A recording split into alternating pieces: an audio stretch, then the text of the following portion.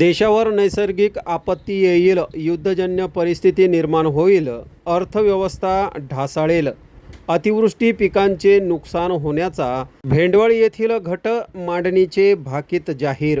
संपूर्ण महाराष्ट्रभर प्रसिद्ध असलेल्या सुमारे 350 वर्षापूर्वीची परंपरा असलेली बुलढाणा जिल्ह्याच्या जळगाव जामोद तालुक्यातील भेंडवळ येथील घट मांडणीची भविष्यवाणी आज पहाटे जाहीर करण्यात आली, ज्यामध्ये देशावर नैसर्गिक आपत्ती येईल, युद्धजन्य परिस्थिती निर्माण होईल, अर्थव्यवस्था ढासळेल, शेवटच्या 2 महिन्यांमध्ये पाऊस चांगला राहील, मात्र अतिवृष्टीमुळे पिकांचे नुकसान होण्याचा अंदाज वर्तवण्यात आला आहे. भेंडवळ या ठिकाणी गेल्या 350 पेक्षा अधिक वर्षापासून एका शेतामध्ये अक्षय तृतीयेच्या पूर्वसंध्येला घट मांडणी केली जाते. त्यामध्ये शेतामध्ये गड्डा खोदून मातीचे मडके, त्यामध्ये पाणी आणि काही पदार्थ ठेवले जातात. याच खड्ड्यांच्या आजूबाजूला विविध प्रकारचे धान्य ठेवले जातात आणि अक्षय तृतीयेच्या दुसऱ्या दिवशी सूर्योदयापूर्वी त्या संपूर्ण धान्य आणि पदार्थांचे निरीक्षण करून त्या आधारे वर्षभराचं भाकीत वर्तवलं जाते. हेच भाकीत यावर्षी जाहीर करण्यात आलं आहे. यावर्षी पिकाची परिस्थिती हे साधारण राहील, पण बऱ्याचशा ठिकाणी नासाडी होईल. कारण 3रा आणि 4थ्या महिन्यात जो पाऊस जास्त दाखवला त्यामुळे नासाडी होईल. पहिल्या महिन्यात जो आहे तो सार्वत्रिक पेर होणार नाही, कमी अधिक पाऊस पडेल. 2ऱ्या महिन्यात मात्र पेर होईल, साधारण आहे तो, आणि अवकाळी पाऊस सुद्धा भरपूर आहे. त्यामुळे पीक परिस्थिती जी आहे ही साधारणतः राहील. त्याच्यात तुरीचं पीक, हरभऱ्याचं पीक, गव्हाचं पीक हे चांगले दाखवतात. कपाशीचं पीक पण चांगलं आहे. अजून जे दुसरे फारसे काही एवढं हे नाही.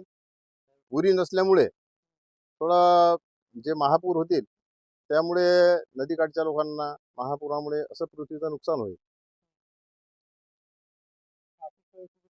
देशाची आर्थिक परिस्थिती एकूण एवढी फारशी मजबूत राहणार नाही.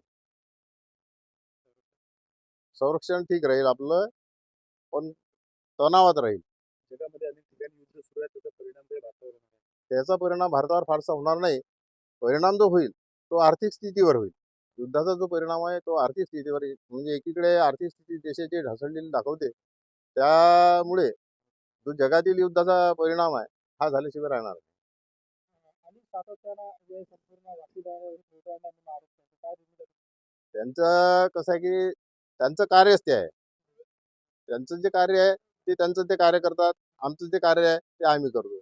त्यांनी कितीही छोटान म्हटलं तरी देशातील हा जो देश आहे संस्कृती प्रधान देश आहे, वैदिक संस्कृती प्रधान देश आहे. यामुळे कितीही त्यांनी केले तर वैदिक संस्कृती किंवा सनातन धर्म निश्चित कायम राहणार आहे. हा कुठेही संपवण्याचा प्रयत्न केला तरी संपणार नाही आहे. त्यांचे आपले आधार नाही म्हणतात. ठीक आहे, त्यांच्या मते नसला तरी आमच्या मते आहे. पण या सनातन धर्माच्या आज अनेक हिंदू आणि असंस्कृत कृत्य करणारे लोक समोर येतात आणि त्याच्यामुळे तुम्ही सुद्धा कुठेतरी बदनाम होता. कसं आहे की आम्ही जे आहे कुठल्याही प्रकारची लुबाडणूक, कोणी सांगा की आम्ही 1 रुपया घेतला कोणाकडून, लुबाडणूक नाही होत नाही याच्यात. ज्या ठिकाणी लुबाडणूक होत नाही त्याच्यात त्यांनी तोंड खुपसण्यापेक्षा ज्या ठिकाणी लुबाडणूक होते, लोकांवर अत्याचार होतात, त्या ठिकाणी त्यांनी विशेष कार्य करावं असं आमचं मत आहे. तुमचं असं मत आहे का अंधश्रद्धा नाही? अंधश्रद्धा असू शकते ना, आहे ना. अंधश्रद्धाही आहेत काही काही ठिकाणी. आमचं मत आहे अंधश्रद्धा. आम्ही सुद्धा अंधश्रद्धेच्या विरोधात आहोत. आहेत अंधश्रद्धा बरेचसे आहेत, पण त्या ठिकाणी हे काहीच करत नाही. ते जे महाराज लोक आहेत, भोंदू लोक आहेत, ते लोकांना अंगात येते म्हणतात, काही मंत्र आहे म्हणतात. हे सर्व खोटं आहे. कुठल्याही प्रकारच्या मंत्रानं आमच्या शास्त्रात हे सांगितलं की मंत्रीची वैरी मरे तरी काय बांधावी कट्यारे, शुद्ध निषेध करेल आहे मंत्राचा सुद्धा.